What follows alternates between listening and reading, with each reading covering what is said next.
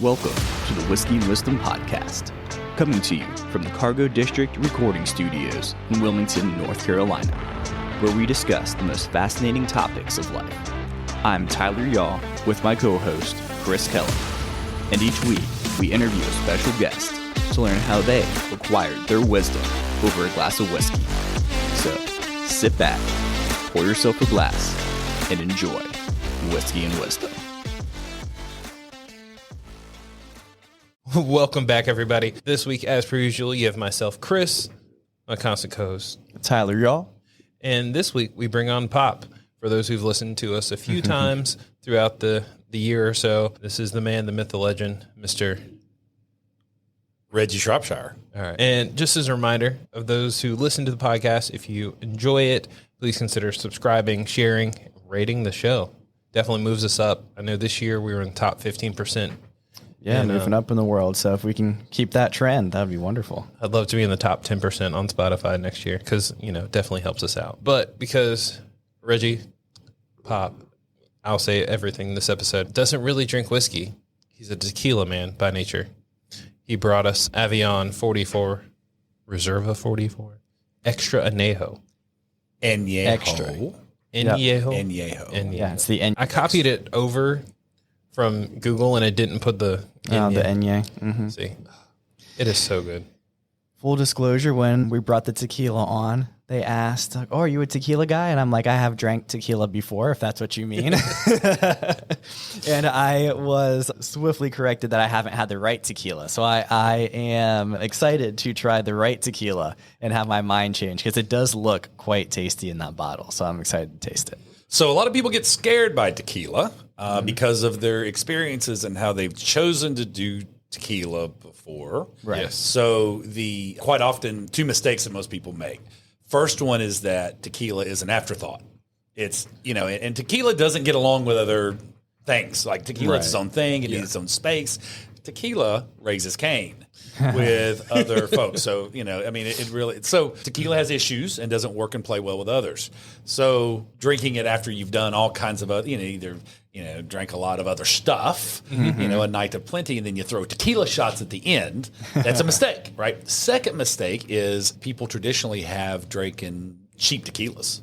It's the cheaper tequilas will hurt you as well because they have, stuff in it, additives and those kind of things. And that's what gives you the hangover is some of the additives and those kind of things. So one of the real keys to getting a good tequila and not getting a hangover, because tequila is actually, it's one of the alcohols. I think it's the only alcohol that's not a depressant. It's a stimulant and it doesn't have a crazy sugar content like some of the other ones do. It also, and if you want it with, you really need it. If you want tequila that won't hurt you, drink it by itself. I'm a big sipping tequila guy. Right. And that comes from, when it's pure agave.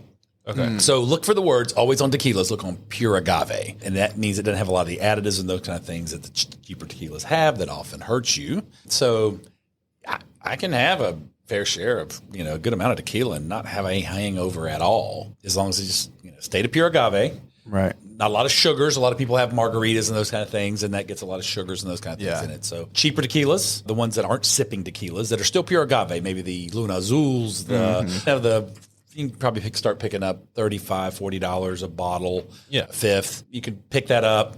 May not be as smooth, the Blancos and maybe some of the Recipados, but they have a little bite to them. Right. But take that, put a little soda water, pure lime, call it the caveman margarita, the paleo margarita. That's when that came out and got hot. So just keep the sugars away. A little bit like soda water will help it get in your system a little faster.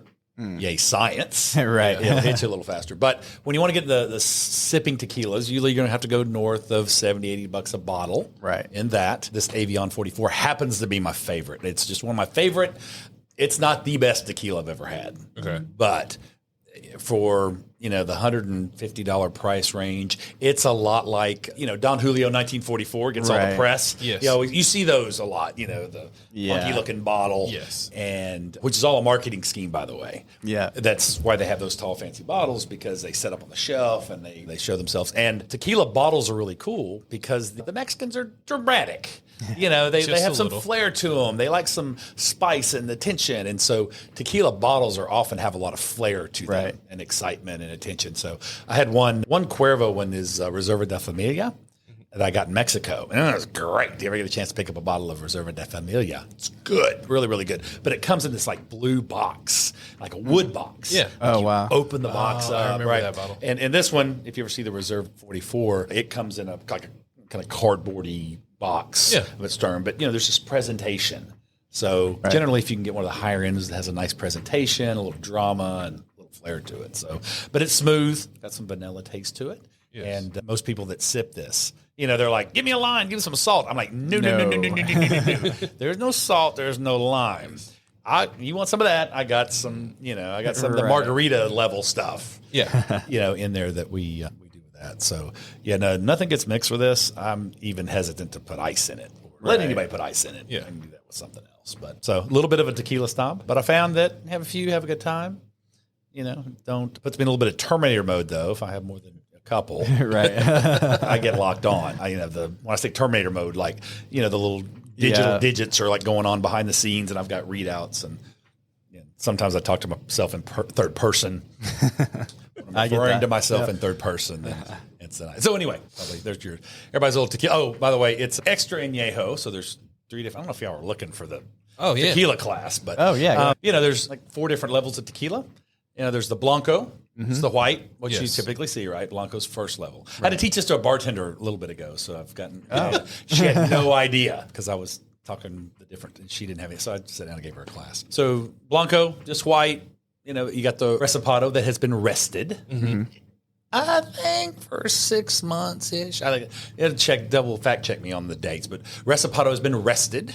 So I like those. Then you have Añejo, which is aged. Mm-hmm. I think to be aged. Got to be in the barrel for a year, I think. It says 1 to 4 years. 1 to 4 years. Oh, look, I had to help you out a little. So we got and then you got extra añejo, which has been rested even longer. So it tends to take on more of the flavors, and they do a lot of different things with it. All tequila has to be made in Jalisco, Mexico. Mm-hmm. No way around it. And you do have mezcals. Right. Which are, and all tequilas are mezcals, but all non-mezcals are tequilas. Mm-hmm. Mezcals can be made, I think, anywhere. So, mezcals you often know famously for the worm in the bottle. Yes. Yeah, and if you've gotten to the bottom of the worm of the bottle, that's been colorful nights if you've ever eaten that worm. And it's not the worm that does anything to you, it's getting to the worm. Yeah. Which just causes the problems. So, mezcals, I'm not a fan of those. They taste a little peaty. Mm-hmm. If you like scotches and that peaty taste of scotch because it's a little smoked. Yeah. And then you'll like the mezcals. I'm not a huge mezcal fan. But anyway, they're aged super smooth. The extra añejos tend to be the higher end. Yes. So usually you can get one of those, I don't know, do something special, get one of those get in the $140, $50 range of tequilas. You're going to be in good shape. It's going to be super smooth. You're going to be able to sip on it. And then it's a treasure hunt south of 130, 140 $140 on what's some good stuff. Mm. And just as we're talking tequila, my greatest find under $60, $50, $60 has been, which is, I think, 7 horses. There's a horse on the bottle, and I think, okay. So that's Siete Logas, really, really, really good. Really, really smoothest. I picked up a bottle in Dallas, Texas. Yeah. Yeah. Or Texas, a lot of tequilas there. So I kind of do treasure hunts and when I'm in near a liquor store in a different town to see what you can get somewhere else and that kind of thing. So that's a real good, if you ever see Siete Loegas. That also gets good reviews. Huh. I started following a guy on Instagram that's a tequila connoisseur and reviewer. And he reviews different types. And you got to be careful with tequilas because there's a lot of people that have marketed their own tequilas, their own brand. And so they saw the whole George Clooney money that he made on Casamigos. Yeah, on Casamigos, right? That dude made a lot of money on associating with that brand. So a lot of people are getting into that business, kind of chasing that. Yeah. So Michael Jordan. Yeah. But often they're crap tequilas. Like a lot of the, and he goes into why. Right. That you're just buying a name. You're buying the Michael Jordan name. And I've tasted it. Mm-hmm. And this is not good. No. I don't know how much of it was disposition because I had a reviewer say how bad it was, but it was pretty rough. I mean, I can usually shut off a reviewer critic's opinion and just take my own, but it was bad. So do not pay whatever, $50 a shot or a Right. pour. They for the Michael Jordan stuff. There's a whole lot better tequilas out there. So Good to know. yeah. So anyway, everything you want to know about tequila, I'd have been afraid to ask. So let's get the good stuff. Yeah. Don't ready mix to try it. Don't mix it with others and see what do you think? Can't wait. All right now. Cool. Cheers. Cheers. That's a very smooth. Oh yeah, man. I can do that. I like the vanilla in it too. That's fun. No need to grab the salt or the lime or Nope. the No, that would probably absolutely destroy it. yeah. So Yeah. so is this officially like? So this is not whiskey and wisdom today. This is what tequila. I was trying to think of I'll say something that rhymes with tequila. tequila and trouble. Tequila and trouble. There you go. Tequila I like and that. Trouble. I don't know what else. Tequila. The and, trouble will be after this episode. Right. tequila and tails. Yes. Yeah, there we Tequila go. and tails. That's what we'll name love it. it. Oh, but for the random connection to whiskey, extra añejo is rested in white American oak barrels Oh, or aged in American oak barrels for at least 3 years. So that's why it comes out a little bit darker than traditional Yeah. tequila. Man, is this so smooth. very. And talking about smooth, we want Reggie to tell us a little bit about yourself. A little bit about myself. All right, we'll see if we can make that smooth. Surely hasn't been, I don't know, hasn't been super smooth getting where we're at, but it's been a fun ride, that's for sure. So I was born and raised in Oklahoma City, Oklahoma. Oh. I grew up my parents are only 16 years older than I am. Fun fact. So we could say I wasn't planned. I was teenage love. Right. My dad was super suburban Oklahoma, lived on the outskirts of town in suburbia. Mm-hmm. And he met my mother at a skating rink, and she was from the other side of the tracks. I'm half Mexican. My mother's Mexican. So she was from the other side of the tracks. And Oklahoma City is pretty, segregated. Between even not only racial lines, but also economic lines. So she was from the other side of the tracks, truly. But they'd met. He had a thing for brown women. So he still does. He's kind of funny in that way. But he anyway, met my mother, fell in love, and one thing led to another. And here's Reggie. They decided to, keep the baby and try to ride it out. So they kind of had to, fight, hustle, struggle. I'm definitely not a kid of means. Came up in fairly modest beginnings. So they actually about a year before they were married, my great grandparents, I guess there was the last of my great grandparent had died. So there was their house became available. So I think they bought the house at 2217 Southwest Binkley which is in 22nd Street, right? My dad grew up on 74th Street. And Oklahoma's very this block and this block is square. It's gridded, right? So he lived as a kid, grew up way out in the suburbs, right? Yeah. Well, then we moved back inside town to 22nd Street. So but at that point there were really no kids in my neighborhood. My grandparents were kind of the first people that had established in that neighborhood, and the people that were generally younger than them came in around them. So I grew up in a place where there was nothing but really grandparent age people. There really wasn't any kids in my neighborhood until, their grandkids came and played. Yeah. So I had to learn how to occupy myself. One of the dumbest things I ever said out loud, I was around my Marine Corps buddies one time. We're sitting around, we're drinking and hanging out. And I was like 20, 21 years old. And we were telling our stories and all this. And I was telling this story like this. And he said, yeah, I played with myself a lot.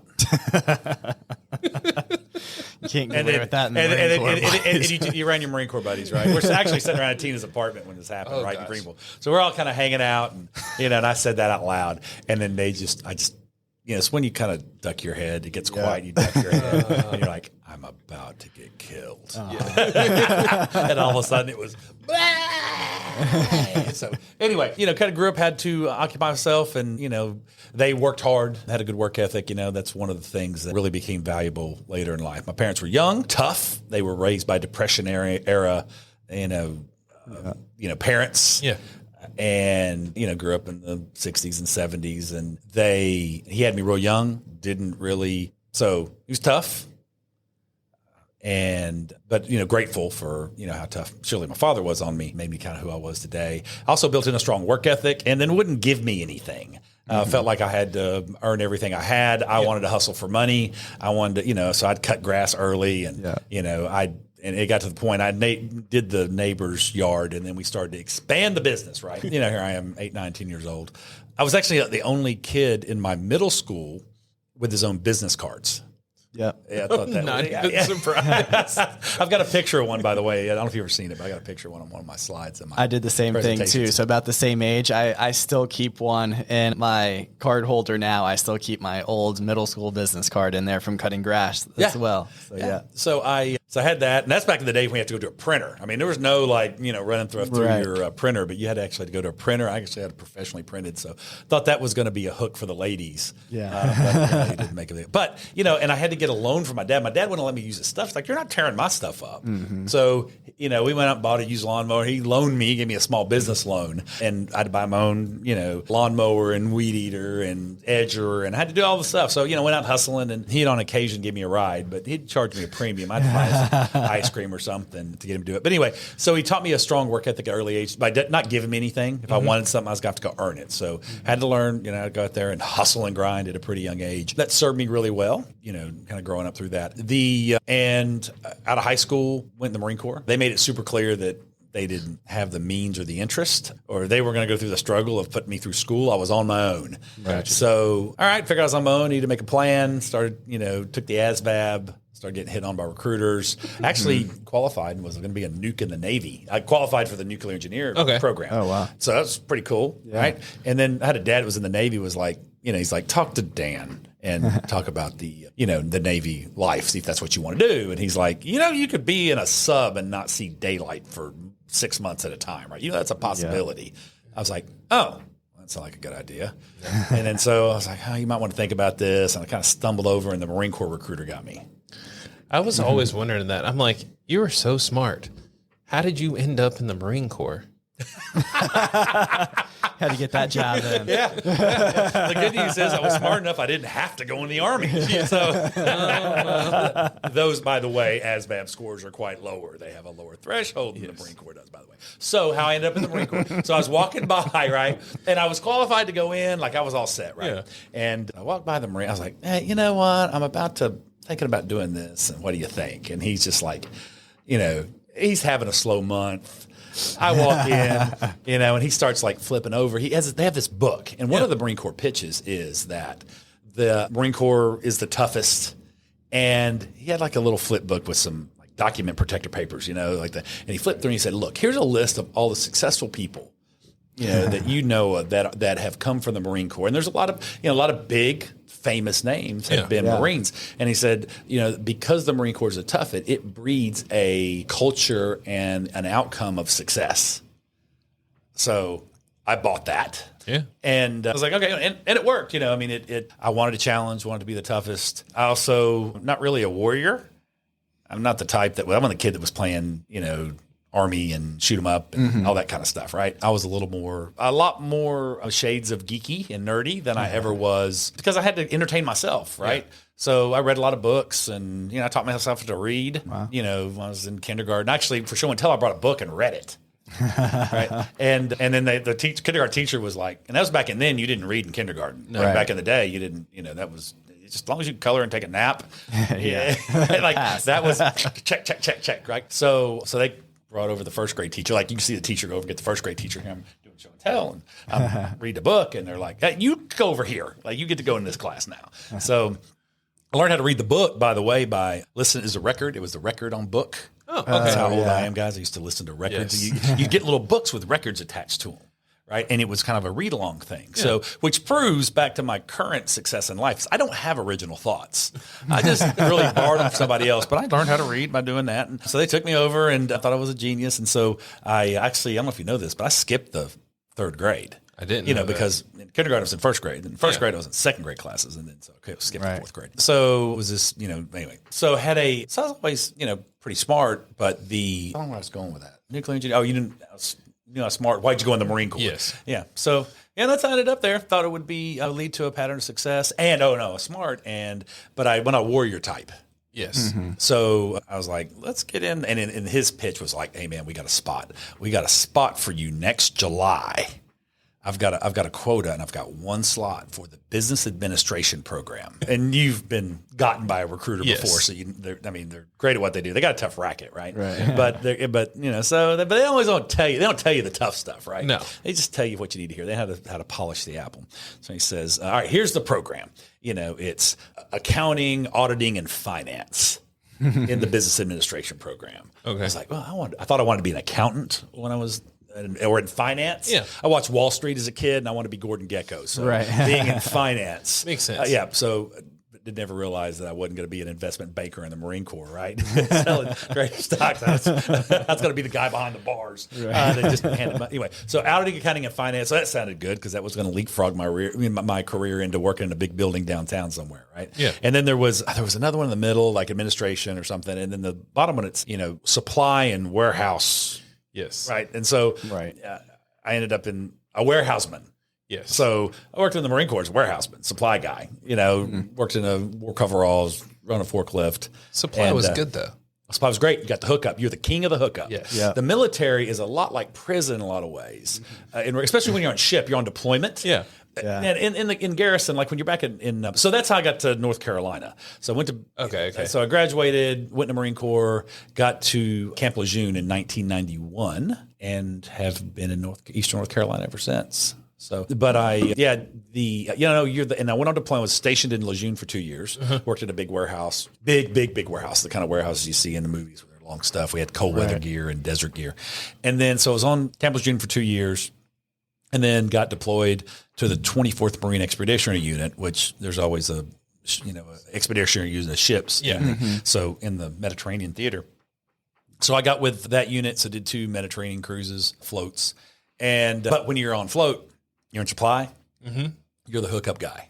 Yeah. You're the hookup guy. And there's a big barter system that goes on there. And it's amazing what you can trade a grunt for when you got like highlighters and sticky notes. Because they have all this stuff, right? And because in the Marine Corps and the supply especially, there's this whole like buy it before the end of the fiscal year kind of thing. And when you're a deployable unit, so you end up accumulating all this stuff. So much stuff. And the guy before me was real lazy, because you could just sleep on ship and supply unless you really need somebody needs something, you ain't got nothing to do and your job just stay out of the way. Because we were the command element, and in the logistics shop it was where the supply unit was. So you had this so they had the office, right? They didn't want your stinky, dirty warehousing tail in there, right? So you just kind of either you hung out in your supply boxes, those big metal, huge, you go in the back of trucks boxes. You can hang out in one of those, or you just hang on the rack. And there's a thing on being on float is if you sleep 12 hours a day, your float goes 2 months faster.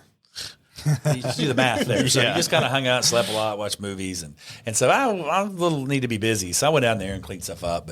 I got cleaned out all the old stock, right, of all this extra stuff. So become the hookup guy, and that's good. The laundry guy, and you can get your stuff done, or you can get front of chow line, or one of the guys in our shop also was the captain. He was the colonel's cook on ship. The colonel he's the head Marine guy, right? And then you got the captain of the ship. Yes. Right. And so they eat in the captain's mess.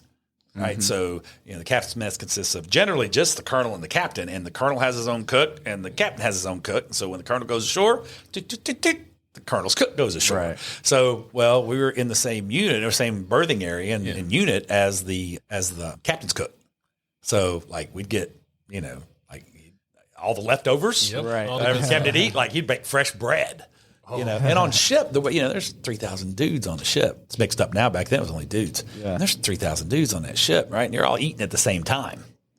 So you'd wait in line for an hour to eat. It was good to have a hookup. So, for sure. Way too long. Anyway, so the supply guy in the Marine Corps got out, met my wife before I got out. My wife was going to East Carolina. Okay. Go Pirates. That's right. Go Pirates. And the place to where Marines can a whole lot better odds trying to find a single man. Jacksonville is probably one of the worst places. It is the worst place to be in America. The highest man to woman ratio in the country is Jacksonville, North Carolina. Oh, wow. It's terrible. Not even surprised. Fayetteville's kind of just as bad. Yeah. But there's some other stuff going on in Fayetteville. There's nothing going on in Jacksonville but the Marine Corps for the most part. There's nothing there. So so not a good place to be as a single man unless you want to get kind of in trouble with somebody else's, who's her husband's on deployment. Yeah. So you got to stay away from that, and it'll get you in all kinds of trouble. So I'd go to Greenville or Wilmington, where my odds were better, and met my wife through a mutual friend. I met her about a year before I got out. So she is a Wilmington local. Yep. So she's one of those weird, odd, endangered species that are Wilmington locals. She's born and raised here, went to Laney High School. And she tells us stories about, hey, I remember when Mayfair was just a bunch of cows running around, and when, College Road ended at Market, when you went north of Market Street, man, you were done. Mm-hmm. And so she's local. So we ended up moving here happily ever after, 3 kids, and we picked up a few along the way. Yes. And on top of that, and so living in paradise, living the dream. So I'm always curious because I know the base story. Did the military, got out, had an amazing wife, friends, moved back here to Wilmington. But what'd you do after the military? Because I'm sure you didn't get that 100% disability check that some people will. And thank goodness that I had to go out and figure some stuff out.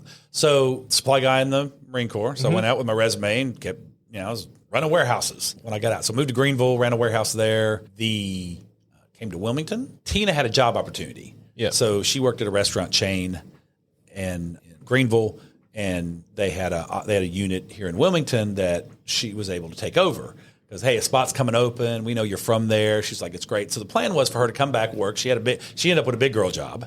Yes. And so she was like, well, the plan was I'll go to school, finish up my degree, let the GI Bill pay for that, and then finish up a degree, and then go from there. Mm-hmm. So, but I was working in warehouses here. Right. And I was working down the port at a warehouse, and I was miserable. Now, before, up in Greenville, I kind of ran my own thing and came back here, and I just realized that I wasn't happy. Mm-hmm. And I realized that I wasn't going to get to the success I wanted in life by driving a forklift, unloading trucks. And I was actually so unhappy. And it's the first time I'd ever been unhappy at work. I'd always enjoyed work, no matter what I did. I worked in, fast food or fast casual food as a cook in high school. Mm-hmm. I always enjoyed that. Enjoyed cutting grass as a kid. I enjoyed, I had 3 jobs my senior year in high school. 3 jobs. I always enjoyed work. But it was the first time I never enjoyed work. I was actually watching my clock, and the day wouldn't end, and I was miserable when I came home. And she was like, "Look, you need to get another job, or you need to go find another place to live, because you're miserable, and you're making me miserable." So I could see her saying that. Oh yeah, no, it was tough. So I was like, all right, let me try sales. And I thought, and I was voted the guy by my friends most likely not to be a salesperson because I am pretty reserved, analytical, not very outgoing. Mm-hmm. It's a room full of people I don't know. It would, not be odd for me to not speak to anybody in that room. I'm just not a, conversationalist, a schmoozer. Now, my buddy Schmitty, Schmitty, Chris. Schmitty's never met a stranger. Schmitty's from Houma, Louisiana. And if you ever know anybody from like south of New Orleans, like down in the bayou that talk a little flat, that never met a stranger, Schmitty is Schmitty, little full of shit. And has never a lot of fun. He's a great dude, and I never understood Schmitty until I went to New Orleans. Went to New Orleans for the first time. Went down Bourbon Street, and everybody's like Schmitty. Everybody's like him, man. I mean, your waiter becomes your best friend. I was in New Orleans for the first time, and I was like asking around, where do you go, and local stuff. He's like, and he went outside and walked down the block, and we got one of those maps, those tourist maps. He's like, all right, you need to go here, and then you need to go here, and you make sure you go here, and then you go here, and you go. And so that's what Schmitty's like. So they said, Schmitty's a salesperson. Yes. You're not a salesperson. Schmitty is, right? Because he never met a stranger. And what I found out was that, the Schmitty sites are known to be salespeople. Those are generally the car sales guys, the timeshare guys, the make quick friends. But I found out that in the type of sales I got into, it really took, there's different types of salespeople. And I was in an industry where you build relationships with people. Mm-hmm. You have a genuine interest in their needs, and that they pick up on your genuineness. And so that type of sales I was really good at. I was in the manufactured modular housing business. That sounds real fancy. I sold single wide trailer homes, high quality, high end. So got into that business in sales, did really well. My first year, I became a sales manager. Within a year after that, I became a general manager. Sure, I am 24, 25 years old, running a multi-million-dollar business. Mm-hmm. Everybody that worked with me was at least 10 years older than I was. So they handed me the store and had me manage people that were all old. They were all 10, 20, 25 years older than me. So I surely was put in a position that I was over my level of competency. So luckily somebody saw something in me and that I had some ability and potential. I kind of learned my way through that. Kind of rose up in that company and got a promotion to a higher end location in town that was a little more involved. And then, so I worked for that company for 7 years. Had what I lacked in skill, I had to make up for in hard work and work ethic and chutzpah and, and really had to, and I worked 6 days a week in that because I just didn't think I could take a day off. So worked really hard doing that, did really well. Unfortunately, that industry took a turn. It kind of imploded. The manufactured modular housing industry is really a shell. It was fueled by easy financing, and it really blew up. A lot of industries that blow up on easy financing. You'll see that happen quite a bit. Well, that was one of them. And then it imploded they had the housing crisis before the housing crisis existed in 2008. Yep. The manufactured housing had theirs in the early 2000s. So they did all the same things that the mortgage-backed securities did. So it's an interesting case study. But anyway, that industry imploded, and I had to figure out what I want to do in my life after that. So I didn't want to continue, and the industry had moved toward modular sales versus manufactured. Manufactured was a single wides, double wides, was a much quicker sale. It was a simpler sales process, a much shorter sales cycle. I learned, and I didn't know why I didn't like it, but I learned over time about myself as I got older is I don't have the patience for doing, modular home sales because it's at least a year-long sales cycle. Construct, like somebody can walk on the lot. We used to have people walk on the lot, and you could make a sale that day and be paid within a week or two. That could happen. But it wasn't uncommon for somebody to come on the lot and even more, they'd make a $60,000, $70,000, $80,000 purchase on the first visit. Now, we had a high-quality product and a great process that made it make all the sense in the world to do it. So it didn't take a lot of high pressure or anything, but it made all the sense in the world, and people said, let's go. So I was used to that. Well, people didn't do that with a high-end custom modular, like when they were doing, getting something on their side. So I didn't have the patience for that. And so I had opportunities to stay in that industry, but I didn't want to do it. And the old industry that I grew up in just wasn't around anymore. So it was a shell of itself. So I'd luckily hopped off that. And as I was trying to figure out what I would do, I spent like a year and a half doing some different things, kind of flipping. I was in the house flipping business before school, but we were flipping manufactured housing. Oh, wow. Because anyway, so there's opportunities to do that because there's a lot of bank foreclosures in that world, so you could buy them. So I partnered with a guy that had some money resources, so we could buy a manufactured land home package for 20, 30 cents on the dollar and turn around and sell it for 60, 70 cents on the dollar. Everybody won. Everybody was happy, except for the bank that had the paper.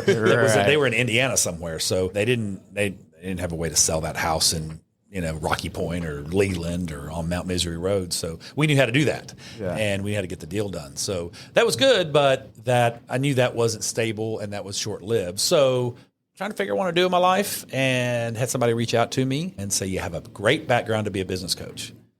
And because within that, when I was a general manager for energy efficient housing in Palm Harbor at the time, they taught us it was a very complex business with a very simple buyer where you had to juggle a lot of balls and be a generalist at a lot of things. So at that point, I had a diverse skill set and able to do marketing, to do sales, to do, manage people, to do scattered site development. Like I had a multitude of skills. You got to juggle a lot of balls in that industry when you ran a lot. And had some great training. It was a very extraordinary company and a very ordinary industry that I worked for. So we had a great training program, and it was a great business training program that you could put I was a 26-year-old kid running a $10 million business, and, had all the makings of a great entrepreneur and business owner. And it was with somebody else's money, which was really nice to have at the time. So, but he had a background to be a coach. And I was like, well, what's a business coach? And so the more I found out, the more I liked and more it suited my skill set. And the thing that I enjoyed most about working in that, manufactured housing industry was a very strong sales organization. And so you had to mentor, grow, and develop salespeople. So I take a kid that was, delivering pizza for my wife ran a Pizza Hut delivery store. So that's what she ran. So the kid was a delivery driver that was graduated from UNCW with a communications degree. It was good for, at the time, $35,000 a year in the marketplace. A sharp kid, and be able to take that guy and teach him how to make 70, 80 grand a year. Right. And at one point he was struggling. I mean, he he was not, he was making $18,000 a year just getting paid the draw or the base salary. Right. And he was struggling. He was about to jump off the bridge. I was about to kick him. But I just found the right formula of coaching and development, challenging and calling him out and doing all those things to where, man, the light turned on and it changed his life. And that guy's had an extremely successful career. He went on to other places and became a top performer. And he told me over time, he's like, man, these managers around here, man, they don't have a candle to what you did. And this is a very successful, well-known organization in town that he went to work for. And he said, man, you'd run circles around this guy. Because and so I enjoy and got really good at developing people. And so I enjoyed that. I think that's where it translated to being a business coach. So I started a business coaching practice 17 years ago, focused on coaching small business owners, helping them grow themselves and their business. So, I've worked with hundreds of local business owners over the years at different times and, helping them get to where they want to go with their business at an accelerated rate and with greater certainty. That's the elevator pitch right there, though. I heard you talk to somebody else about the elevator pitch. So, and that's really what I do is I help business owners get to where they want to go, faster rate. Everybody, if you've ever gone through a strong crucible of growth or a trajectory of growth, you've always had somebody there that provides a, plan to help you get there and known who you are, where you want to go, why you want to get there, provide a plan to get there, made up of sensible strategies and tactics, and then had regular meetings, could have been practices, could have been classroom sessions, whatever, but had regular meetings with you that had you, that gave you knowledge, gave you support, deadlines and accountability that helped you grow and develop faster than you would left to your own devices. We all do a whole lot better with accountability. They kept stats, they kept score. Okay. And they also made sure that you're learning and growing and developing and maybe studying on your own time. And then, and gave you that pressure that helped you grow and develop. So business owners don't have that, which is why they have such a high failure rate. Right. And even stronger wallowing in mediocrity rate. And they often fall short of their potential. So I serve as that, coach for them in their business that is that person to, not only just hold them accountable, because it sounds like I just, kick them around or serve them consequences all the time. And that's hard to do when you're on your own business. So, but I do get clear on, who they are, where they want to go, and then provide them the support, the knowledge, the direction, the guidance, and mentoring them through the process. But also give them frequent deadlines and hold them accountable. And when they step out of that, I just, with different levels of pressure, remind them that if they don't do what they need to do to move themselves forward, even though it's uncomfortable, even though it may hurt, maybe they're scared, but still make sure that they are pushing forward in spite of their own that get in the way, their obstacles and constraints, but keeping them pushing forward at an accelerated rate. That's one real key. Yeah. Is making sure it happens fast enough, really moving those deadlines to whenever they get around to it no, this has got to be done by next week. So it's done a lot to change a lot of lives of these business owners and all the people they touch. And so it's not only been cool to help my business owners have pretty lives and be unrecognizable of their previous selves, have life-changing results, but also watching that transfer down to their employees within the business and how that impacts they grow, they become more, so their employees and their kids do and that. So that's what I've done professionally for the last 17 years. So really got a passion for that. So, teach a lot of workshops, classes, for local business owners. So I'm known as in the business community as Coach Reggie. Yes. So Chris referred me to as Pop. So, that's why I got different identities in different places, but Coach Reggie is kind of known publicly. I've done a lot of workshops, seminars, and marketed myself as Coach Reggie out there for the last. So some people may know me for that, especially in the business owner entrepreneurship community. Yeah. So that's what I've done. Had a ball, made some people a lot of money, made a little along the way, but also it's been one heck of a fun ride because it's that job that I don't ever see myself retiring. It's not like work. It goes fast. It's a lot of fun. It's really cool how all the little things in life have added up to get me to where I am today and really found, what I felt like I was born for. Oh, that's great. Yeah. So anyway, it's pretty cool. It's a little speed bumps, speed bumps along the way, by the way. Oh, I would assume so. Yeah, some speed bumps along the way, by the way. Just because it's a great life now doesn't mean it always was. I am not immune to a lot of the struggles that small business owners have faced because in my world, you have to really, you're selling yourself and, part of the game of being successful in your own thing outside of a corporate structure where you're kind of pressured to follow a certain path. You know, and especially when you're selling yourself, you're actually selling to a very cynical, jaded, I know a lot, pretty successful, get to this point, small business owner. And for them to go, why do I need to hire you? And you're this 35-year-old kid to them, right? So you know, here's somebody that's built something that's fairly successful, and they're looking at you going, why do I need you?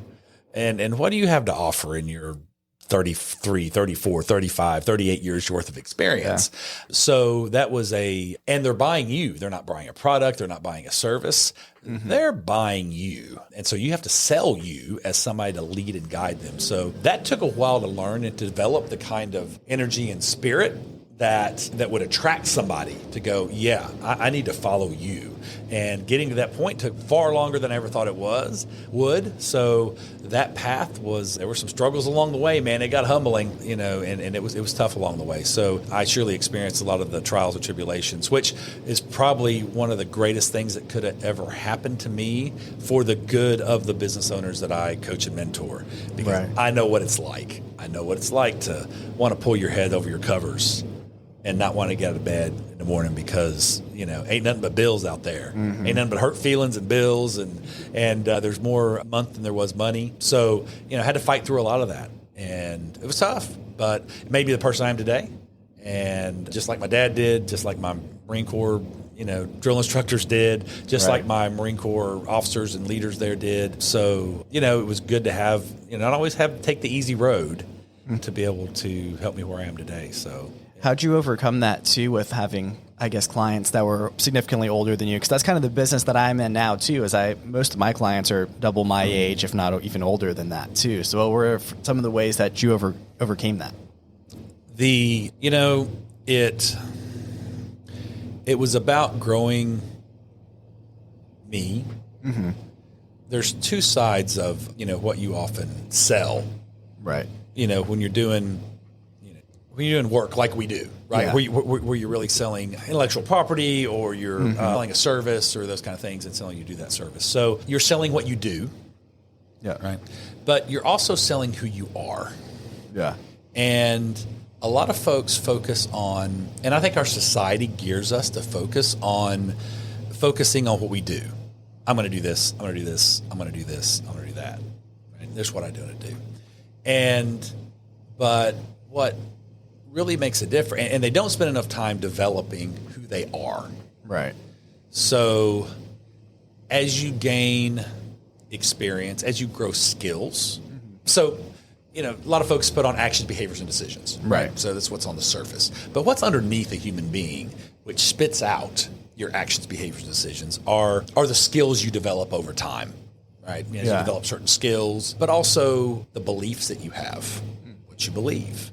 The things that I believed at 20, 18, 20, 25 years old, a whole lot different in the things I believe at 50. Right. And so values, you know, a little slower to change. And even your identity, how you see yourself, how you present yourself to others, what you're seen as.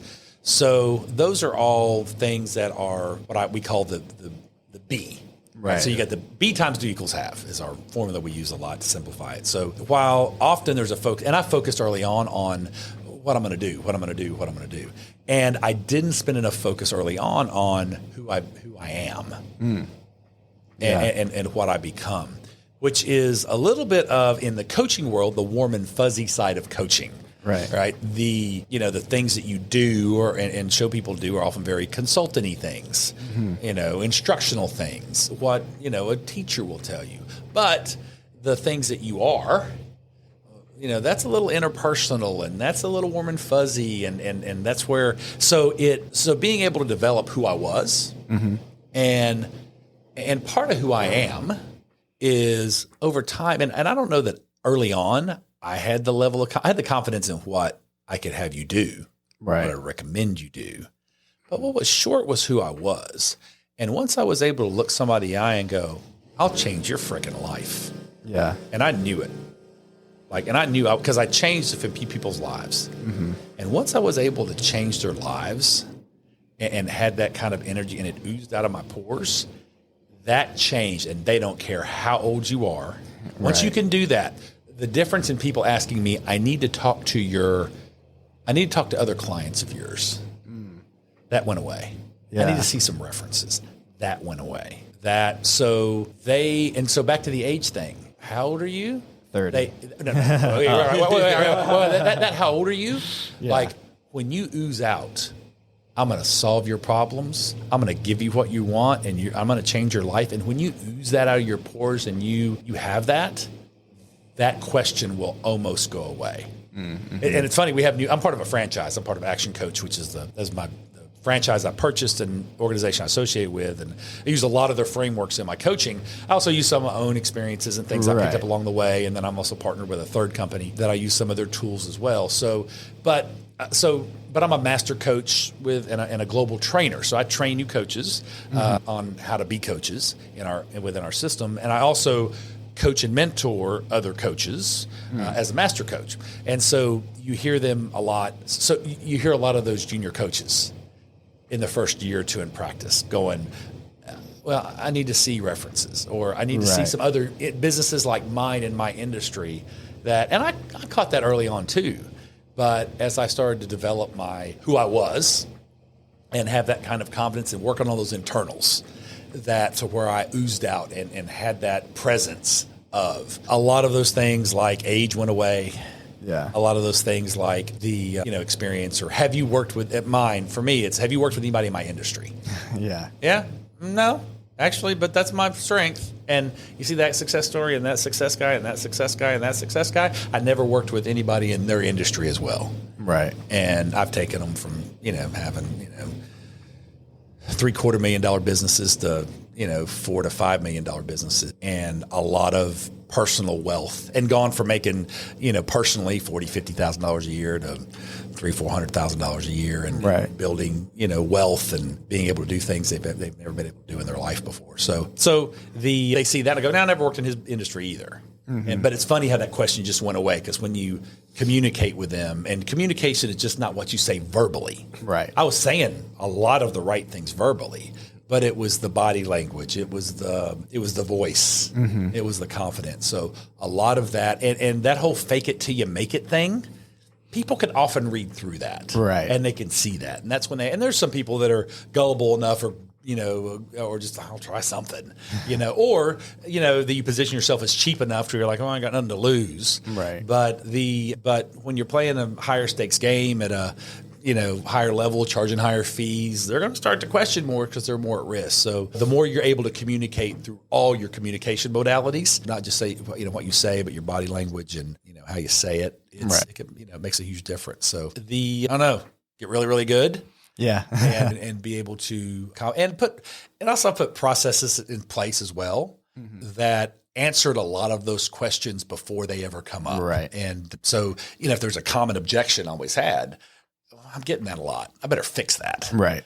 Because from this type of prospect, I get this kind of objective. So if you can get ahead of all those things, getting ahead of it, and then just kind of what you become makes a difference. So do as much work on yourself as you do on your professional expertise. And that's how I've overcame the age thing. So I'm finally getting to the point to where I'm starting to be older than my clients. Yeah.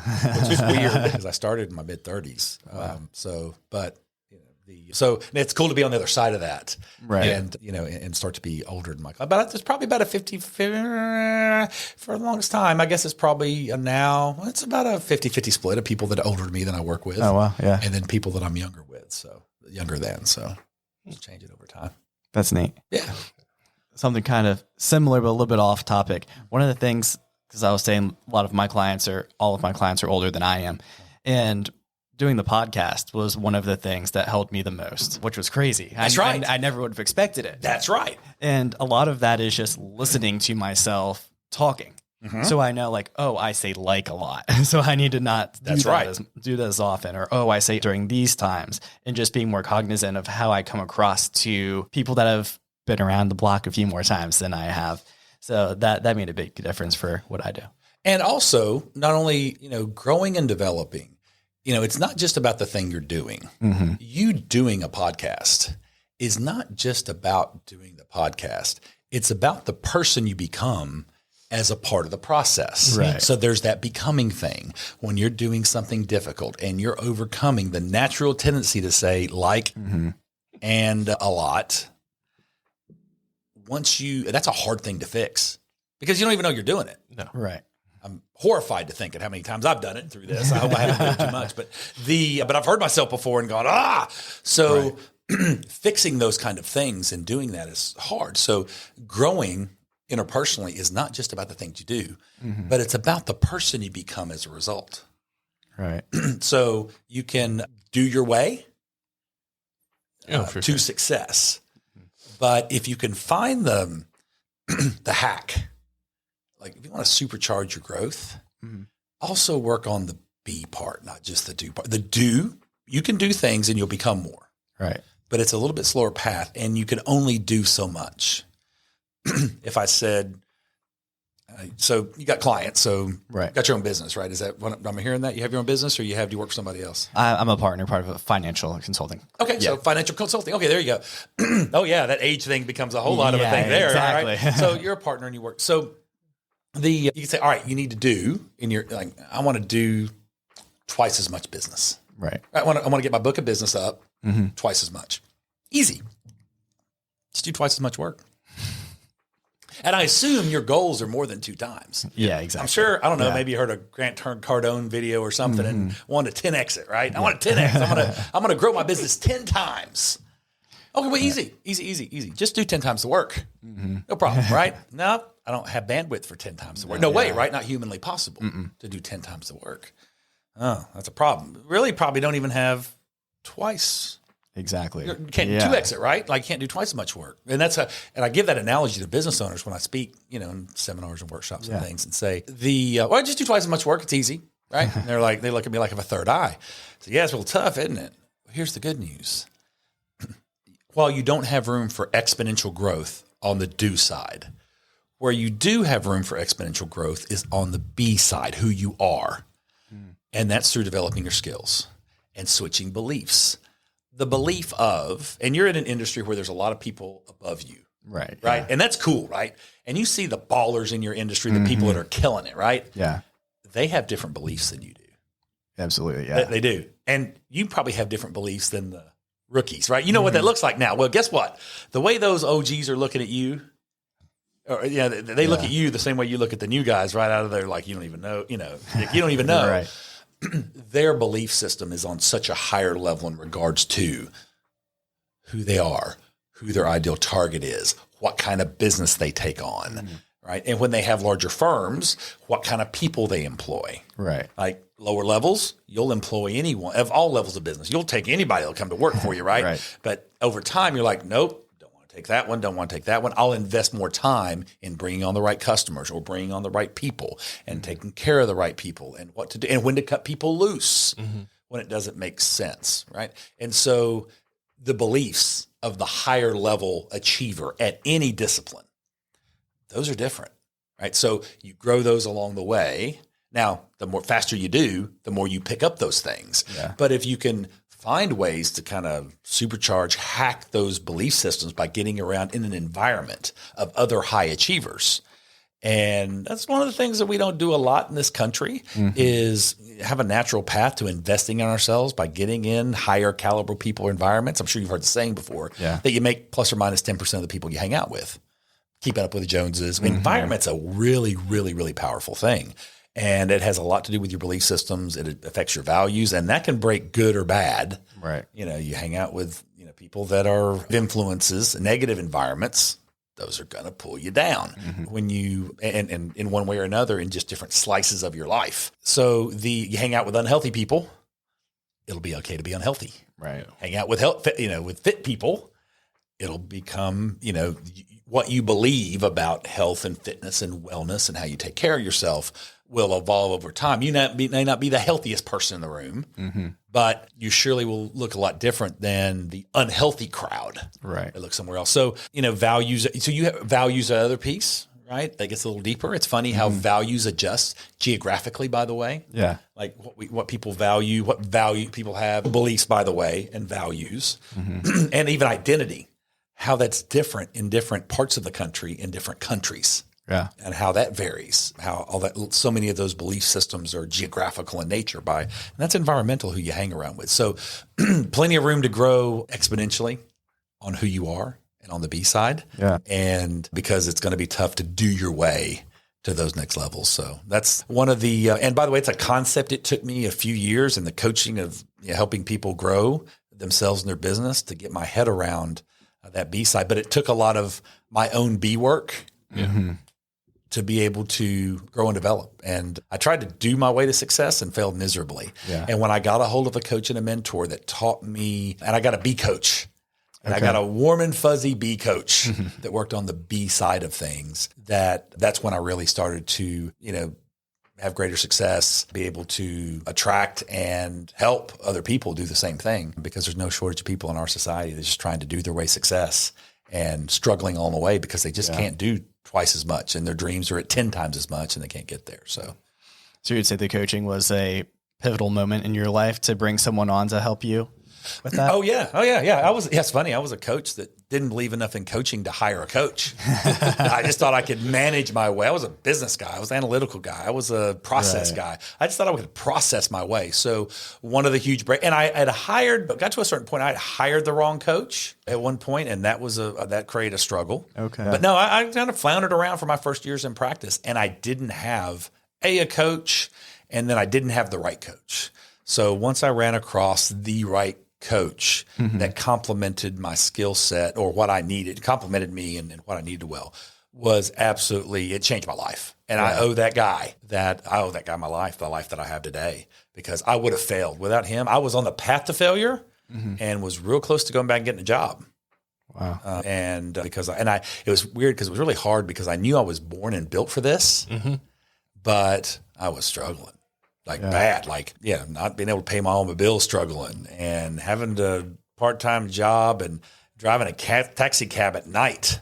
Wow. Oh my God. To be able to, to pay some of the bills, but darn sure not all of them. So, I had to scratch, claw, climb my way out of that to do that. So luckily I found him at the right time at a real low point, and he pulled me out of the ditch. And that's fantastic. And it's been a steady trajectory upwards, but now I had to do a lot of growing myself, which has really helped me grow and develop others because I know what it's like. And I've always had a coach since then. I have a coach to this day. I've actually got multiple coaches now, and not just in business, but also have a physical fitness coach. Yeah. I guess a couple months ago, I hired my first coach as well too. So it's already made a huge difference. And the one thing that he always talks about as well is even your coaches need coaches. And he talks about the two coaches that he has as well to help him further progress, to help his students as well. I like it. So. That's right. If you're going to grow, coaches make it happen. Teachers, mentors. Anytime you've grown, you've had one. Very few people can do it on their own. And there's just not a lot of stories to where people don't have some sort of external support, accountability, deadlines, pressure in order to grow and develop. And without that, at a certain point, you just begin to stagnate and plateau. And a lot of people, are just kind of living they're the same life, kind of a Groundhog Day life to where, like the movie Groundhog Day. Okay, cool. I got to be careful nowadays with movie analogies. So with some of my younger clients, I can't use Rocky analogies. Oh no! No, it's really tough, right? And so half my clients are women. So when I tend to get younger females, some there's a certain percentage of them that they've never seen a Rocky movie, and so I just Rocky, in certain older movie analogies. So I have to ask. Or get acknowledgments. Anyway, so that Groundhog Day life, where you're living that same thing over and over again, that's how a lot of people live life by default and just get to a certain place and they just kind of plateau out. So it's a whole lot. I've found it to be a whole lot more fun growing, learning, developing along the way. So be the best version of me that having, coaches, guides, mentors in key areas of life, and it makes all the difference in the world. Certainly. Yeah. So because we've hit an hour, and I feel like we have at least another hour's worth of talking to do. Yeah, that's right. Is there such thing as a part 2? That's exactly what we're going into. So this is probably going to be the last episode of the year. I think you're right. And I figured we'd end the year on an amazing guest, and we'd start the year on an amazing guest. So come back next week to hear part 2, where we'll talk a little bit more about coaches that he's brought into his life, as well as some of the growth that he's seen within his family and how he's kind of raised those kids and thought processes. So, Coach Reggie, do you got anything you want to shout out to in this first part? I want to shout out about how tickled I am that I get 2 episodes. Right. I hashtag goals I didn't even know I had. And other than that, if any business owners out there that are ambitious, committed to growth, go check out our website and what we do locally. I do a lot of workshops, seminars, a lot of cool things for the business community at large. So check out our website, businessgrowers.co. businessgrowers.co. Don't put the M on the end of that. You'll end up somewhere else. Or you can just do a Google search on Coach Reggie here locally, or Business Growers. You can see our website, see what we do. So there's that shout out. And cliffhanger, man, we got some cool stuff on part 2. So let's make sure we pick up on next season. There you go. So yeah, thank you everybody for listening this year, and we'll see you in the new year. See you next year. All right. Cheers. Cheers.